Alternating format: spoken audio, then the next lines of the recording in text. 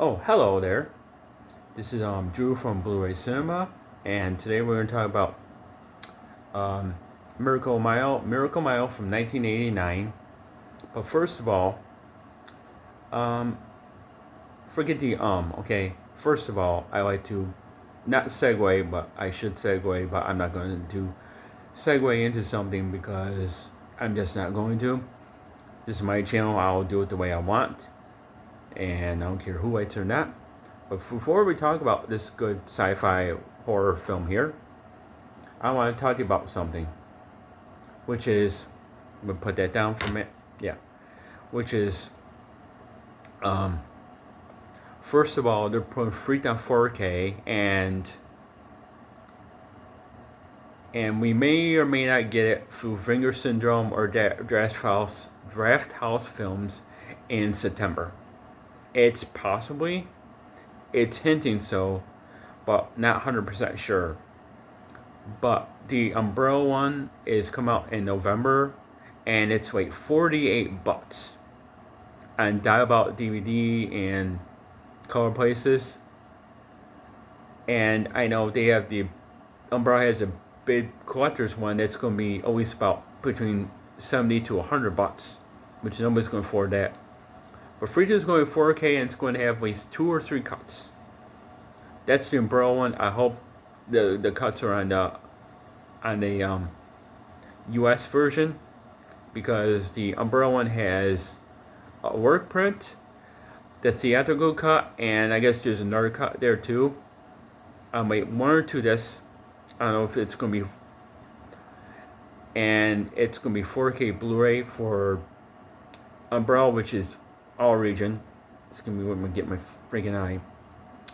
But yeah, so that's promising. So, but the 1 November is going to be almost end of November, which is going to be Criterion month. So I never got anything Umbrella films, although I should. But some of them are hard to get, and or imprint, which is with imprint films now. The boxes are almost over $100, which is so stupid.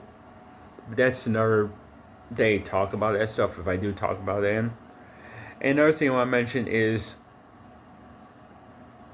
I heard the Nightmare on Elm Street box set, even the standard, was pretty good. The features they're putting out, there were features on there that got cleared. As for the music video for Freddy's Dead and a couple other things for the new Nightmare, there's gonna be R-rated versions of Part 5 and Part 1, which came out by itself.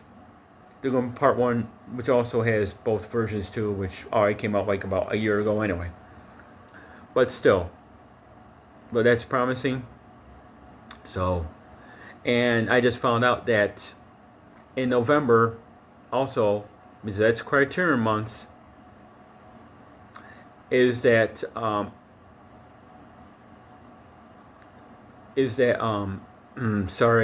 sorry, my bad, is that House Party is going to be on 4K Blu-ray through Criterion in November. Yep, they did a interview. They did a featurette with Kid and Play, who were in both in House Party, and they said come 4K in November. So I might get it in November if there isn't any more sales and anything coming up. But I may have to get that and Swim to Cambodia in November, because I have to afford the standard one, because I am not willing to pay like $45 for it. And again, I don't like to talk about this anymore, but if I have to, I will for a moment. Is that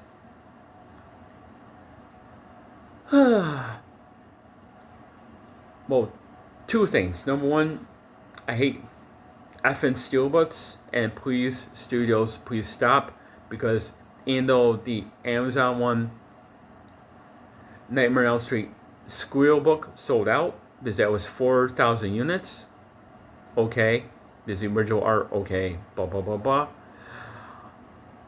The other steelbooks that you're putting out, Squirrel books, are losing money.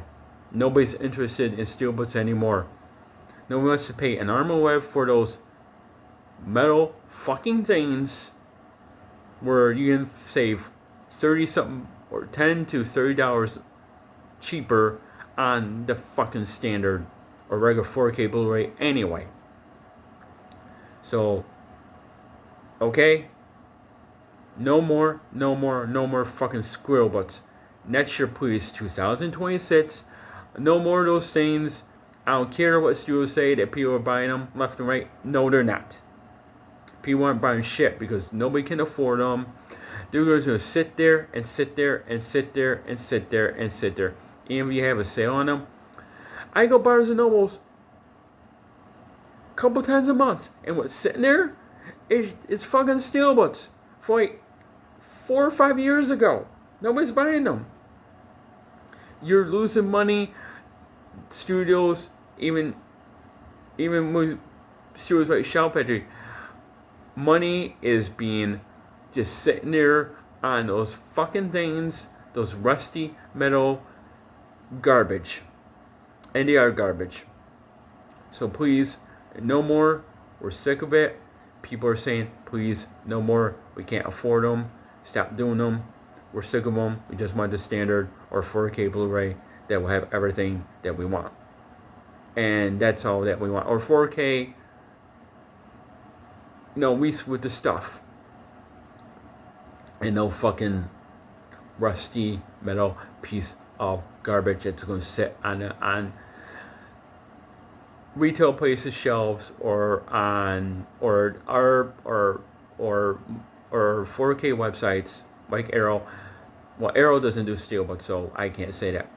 But they're going to sit on Shelf Factory's place shelves. They're going to sit on Universal websites. They're going to sit on Paramount. They're going to just sit there. They're sitting in Barnes and Nobles. Nobody's buying them.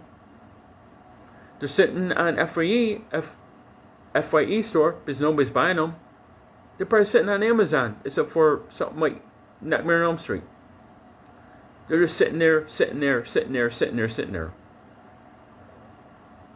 And I'm telling the truth there. Oh, by the way, they are going to do Dogma 4K standard, 4K Blu-ray standard, as well, because I just found that out. So that's a good day. Yay! Good job, Lionsgate. You're hearing what people are saying. We don't no more metal garbage. But anyway, I'm tired of talking about those fucking squirrel butts. I'm tired of talking about it. I'm so overdone talking about it. But every week I see what they're trying to sell and nobody's buying. Those metal pieces of trash. Nobody wants them. They're ugly. The artwork may be good to some people, but they're ugly. The artwork is ugly. You can do better artwork on a house than those fucking metal pieces of tin trash. Anyway, now we're going to talk about the main event here. The reason why you came to this channel, because you love movies like I do. And I said that enough. I don't need to rehash it or reiterate that. Yes, I do know my vocabulary, and thank you. Oh, I thank you to a couple new subscribers. If I have to write your name, your names down just to mention you, I will. At one point, probably in I don't know how many videos later, but it'll get done. But I just thank you and new subscribers to come. So please, if you like what you're seeing, please you know what to do. And so forth. You know, I said enough on this channel to I don't know how many videos. But if you if you like movies like these and like what I'm talking about, or have any comments about squeal books or anything else, or what you like to see on 4K, what you like me to review on 4K or a Blu-ray like this, please let me know in the comments below. No, that's all I ask. One of these days, if you want me to go live, do a live stream, just myself, and see what happens, you know what to do. By the way, this is put out by Kino Lorber a couple years ago. Probably in 2000 and I'm trying to see on this thing if I can. I know, put it this way, I know it was 5 or so years, between 5 or 10 years ago. So yes, and I know about 2 years ago, they reissued this of a better 4K scan, but still 2K. Here's the thing. I read the reviews on a remastered version of this, and you don't need the remastered version of this because it was as good as this one, to be honest. And so there may be a new feature on it, but that's it. But other than that, it's, you're not getting much else.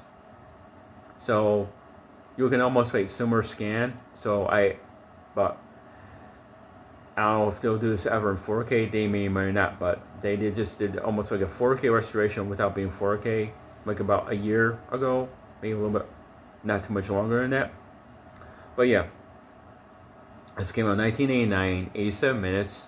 It stars Anthony Edwards, Mary Winningham, and Denise Crosby when she was done with Next Generation, or just left Next Generation to do movies. And so the first one she chose was this. So this is a sci-fi end of the world movie where a guy, Anthony Edwards, meets the girl of his dreams. They decide to meet later, and then he goes to a diner and answers the phone, and the guy thinks he's talking to his son, and hears that the world is coming to an end, gives him location, time, and so forth. It's supposed to end at midnight on that day, and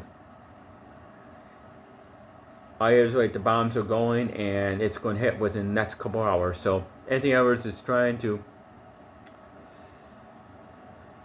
find the girl of his dreams through all this chaos and mess. And you think, he's like, it's almost like, he's telling people and the world's happening, and he's, people are getting out of control because they don't know what to believe, and then they believe him, and as soon as it starts, then, he was right. But again, it's like, a guy, is he telling the truth or not? But he just intercepted a phone call by a military person and didn't know it's true or not, and then just, things happen and things get out of hand, and then, it's true or not. So I'm not going to give the ending away, but it's directed by the guy who directed Cherry 2000, which is Steve D. Jarnett. I don't know if directed anything else, but that I don't know.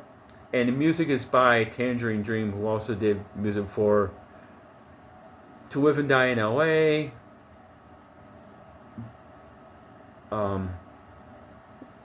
They did a lot of music score for a lot of films in the 80s and early 90s. So this has audio commentary by Dr. Steve D. Jarnett, narrated by Walter Chow. Another audio commentary by Steve D. Jarnett, the DP and production designer. You have a featurette called Excavations from the Other Room Tar Pits, which is deleted scenes, outtakes, and bloopers. You have supporting cast and crew reunion. Harry and Julie, because Anthony Edwards plays Harry, and Mary Winningham plays Julie. And you have an alternate diamond ending. That'll make sense once you see the film. That'll make sense. And trailers for Miracle Mile and Cherry 2000. So it's anamorphic widescreen, 1.8.1. It's an old MGM, put up by Kino Lorber. So there's the back. There's the front. There's no reversible cover art here. So there's the side, and I'll show you, which is the same old Kino Lorber thing. You get nothing on there. I mean, quite frankly, on some Kino Lorbers, you do get reversible cover. You do, depending if they do Cold Reg or Scorpion, which is their, or Rare Video, which is their stuff too. They may do a different thing on their cover on their disc, as I do with Monster Dog, which is Kino, which is Alprint, which is a good Alice Cooper movie. I haven't watched it in a while, but I may review that one day, because I haven't seen it in a while. But I think that's first Alice the first movie Alice Cooper did, because he does film work here and there, here and there. He does music videos for stuff like he did for Friday 13th Part 6 and blah blah blah blah. There's a lot of people like Alice Cooper. So there we go. So I want to know what you think about this sci-fi film. Do you like it or not? It's a cult classic to some. I like it because other films try to copy this after Miracle Mile, and they haven't done anything like this since, or if they have, they failed. Because you had this also in the 80s, and believe me, this one stands out. And then people like The Day After, which was a TV movie. Yeah, but Day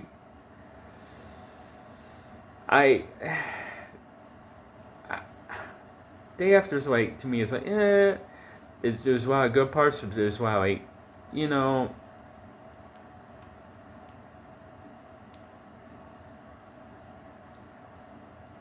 but that's more kind of too realistic for its own good. And Kino Lorber put The Day After 2, which I don't think you can find anymore. I think that's Alpert too, but you don't see films like this anymore, and if you do, it's rare. So I know there's our actors in this too. I forget what, but I do recommend it. I do make a small recommendation for Cherry 2000. This has got Tim Thomerson in it and Melanie Griffith, which she doesn't do sci-fi too much. So small little recommendation for Cherry 2000, but I like this better than that. But that's me. I don't know what other films he's directed since. Those are two of the main ones he did. And they both got like 4K scans, but 4K restoration, but 2K scan. It's weird. You gotta look this stuff up on Blu-ray.com or wherever. It'll tell you the specs or what scans they use and blah blah blah blah. I don't know why they didn't do 4Ks of this movie. To be honest, I don't know. But they said, just keep the one you have. Like if you have Cherry 2000, they said keep that one too because it's almost the same scan, and you don't need the reissue. Because the reissue is like a lot cleaner, better. They said get the reissue. Because I thought about getting reissue this, they said really you don't need it. To be honest, because I looked at all review sites and all the people reviews and stuff like that, and it's like they say it's basically the fucking same. You really don't need, and that's their featurette. I mean, it's not like Career Opportunities where they really fucking improved it, and I don't have that 4K, but down the line I'll get the 4K when they have a sale, But I do recommend this because if this one's out of print, then you have to get the reissue, and I think this one may be out of print, but I'll never give this away. Nope. Some people might be. Some people might. I don't get it. I don't get why people like this so much. Some people who younger than my generation want to give up From Beyond and Re-Emery because they don't understand how movies were back then. They think it's the most awful thing they ever seen. But then they like fist fight. They like just movies that make no sense. They like pieces of garbage, and people know they're garbage, but they rather have garbage than something that's quality and good because they don't understand. Like there's some people younger who don't like Top Secret. They say it's a bad piece of shit. Top Secret is one of the best comedies ever made because some people that are 20-somethings or about not even 30 don't understand perspective humor. And if you get perspective humor, you get Top Secret. Because it's not like Airplane, it's not like Naked Gun. And I'm sorry if I'm going off a tangent, but maybe I should sometimes, more often. But Top Secret is perspective humor. If you don't understand that, then you're going to lose what the whole picture is, really. And it's Val Kilmer's best work. His first film, but his best work. Other than maybe Top Gun Maverick, maybe Top Gun, which I don't care for, but a lot of people do. Okay, I like Top Gun Maverick better. I just do. That's me. But he does. Val Kilmer has had hits and misses, but I wish he done more films like Top Secret. I wish he did in his career, but he didn't go into comedy too often. Some people like Tombstone, and that's not a bad film for him. It's not at all. So I agree with people like in Tombstone. Like, okay, that's good.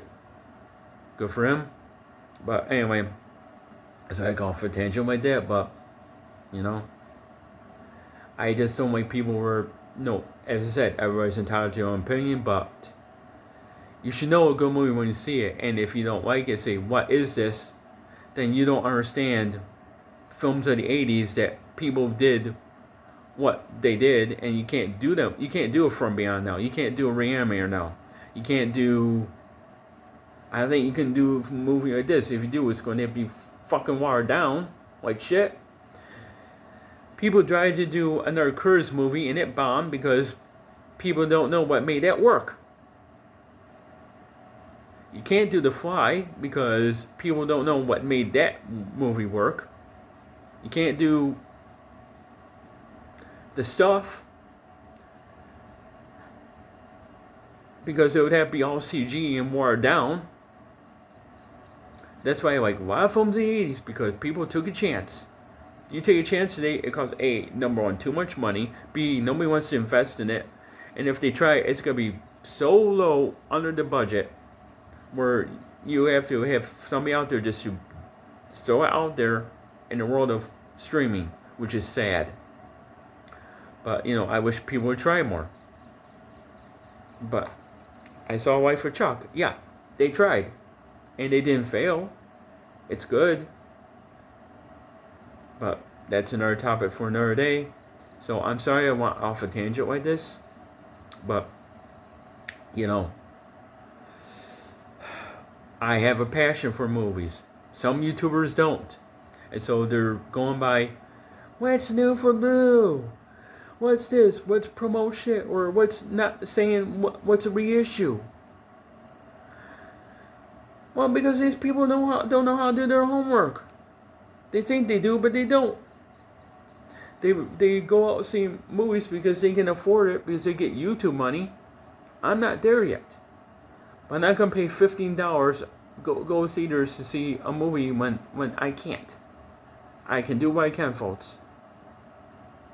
I can do it probably maybe a couple times a year to go see a movie, but I can't do it like every week and pay $15 where I don't have it. Most people don't have $15 to spend on themselves. A family, that's like, depending on your family, that's like 40 something bucks. Plus, if you get stuff to eat, that's like about $60 at a movie theater. Where were days when it was $8, $7, $10, $12? That's $15 just to go to a movie theater once you take your kids to the free summer films. Which now that's what people do now, because nobody can afford $15 a pop. I mean, our $15 go this because I know what I'm getting, quality. But anyway. Well, other than that, people have a great weekend. Unless something comes up, like Blu-ray news, whatever, which I did keep some Blu-ray news.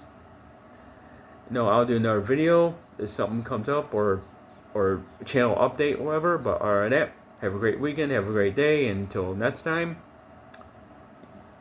excuse me, I'll see you in the next. And if you do see this film on wherever you can, hope you enjoy it. And that's it. And alright, then I guess bye.